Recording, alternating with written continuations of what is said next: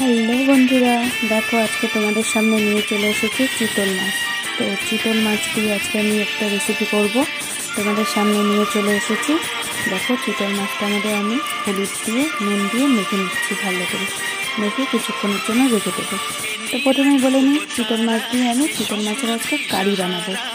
আর এর আগে আমার ভিডিওতে চ্যানেলে গিয়ে দেখবে, চিতল মাছের আর একটা রেসিপি আমার করা আছে, আলু দিয়ে বেগুন দিয়ে ডালের বড়ি দিয়ে চিতল মাছের ঝোল। ওটা খেতে কিন্তু খুবই টেস্ট লাগে। আর আজকে দেখো চিতল মাছের কারি করার জন্য মশলাগুলো আমি এক জায়গায় দিয়ে নিয়েছি। পেঁয়াজ বাটা, লঙ্কা বাটা, আদা বাটা, জিরার গুঁড়ো আর একটু টক দই দিয়েছি, হলুদ গুঁড়ো, একটু চিনি, সব কিছু মশলাগুলো একখানে দিয়ে নিয়েছি। আর মাছগুলোকে ভালো করে মেখে নিচ্ছি। তো বন্ধুরা, রান্নার সময় বেশি বকবক করতে ভালো লাগে না, আর এত ভয়েস দিতে না ভালো লাগে না।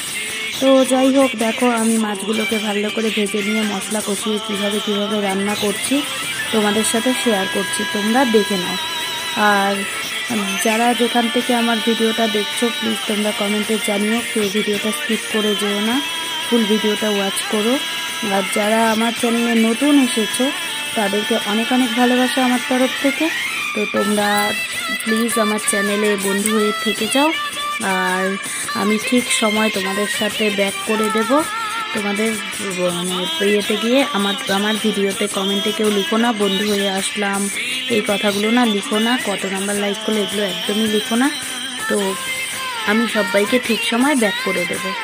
যাই হোক, চলো রান্নাটা করছি চিতল মাছের কারি, তোমরা দেখে নাও। আর আমি যেভাবে করি ঘরোয়া পদ্ধতিতে, খুব শর্টকাট পদ্ধতিতে, তো সেটাই তোমাদের সাথে আজকে শেয়ার করছি। দেখো কড়াইয়ে সরষের তেল দিয়ে নিয়েছি, এখন ভালো করে মাছগুলোকে ভেজে নেব। আর যেহেতু ভয়েসটা পরে দিচ্ছি, তাই আগেই তোমাদেরকে বলে দিই, সোমবারে দেবো শুকনো লঙ্কা, তেজপাতা, আর গরম মশলা দিব হচ্ছে এলাচ, লং, আর হচ্ছে দারচিনি দিয়ে সাদা জিরা দিয়ে সোমবার দিয়ে বসাবো। একদমই ঘরোয়া টোটকা উপায়ে, টোটকা পদ্ধতিতে, মানে সহজ পদ্ধতিতে বলতে পারো চিতল মাছের কারি এটা। তোমাদের যদি কারোর ভালো লেগে থাকে আমার রেসিপিটা, তোমরা ট্রাই করতে পারো অবশ্যই। আর তোমাদেরকে ট্রাই করার অনুরোধ রইল। আর আমার তো ভালো লেগেছে, আর আমি করেছিলাম একদম সহজ পদ্ধতিতে, তো তোমরা অবশ্যই ট্রাই করতে পারো। তো চলো একটু গানের সাথে এন্টারটেনমেন্ট, তো রান্নাটাও শেয়ার করছি, একটু গানও শুনছি, তো তোমাদেরকেও শোনাচ্ছি। চলো গানের মাধ্যমে একটু ভিডিওটা তোমাদের সাথে শেয়ার করে নিই, নাহলে তো তোমরা বোর হয়ে যাবে। তো চলো তোমরা আমার পাশে থেকো, সঙ্গে থেকো, সাথে থেকো। আর বেশি বকবক না করবো না। তো দেখতেই পাচ্ছ কীভাবে কী করছি, তোমরা দেখে নাও। আর বাইরে দেখো অযোধ্যায় বৃষ্টি হচ্ছে, সেটাও তোমাদের সাথে একটু শেয়ার করে নিলাম। মুষলধারে বৃষ্টি হচ্ছে, আর আমি এদিকে রান্না করছি।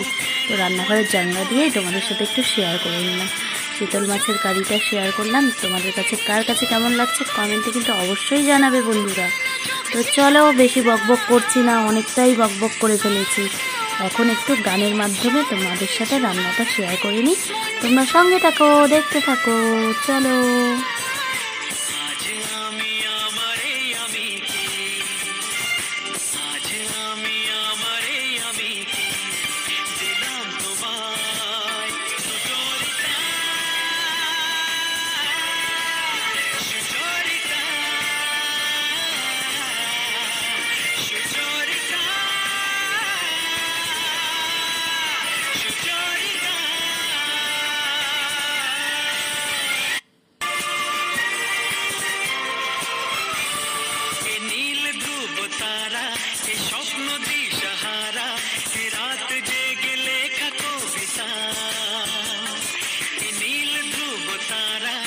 স্বপ্ন দিশাহারা, রাত জেগে লেখা কবিতা।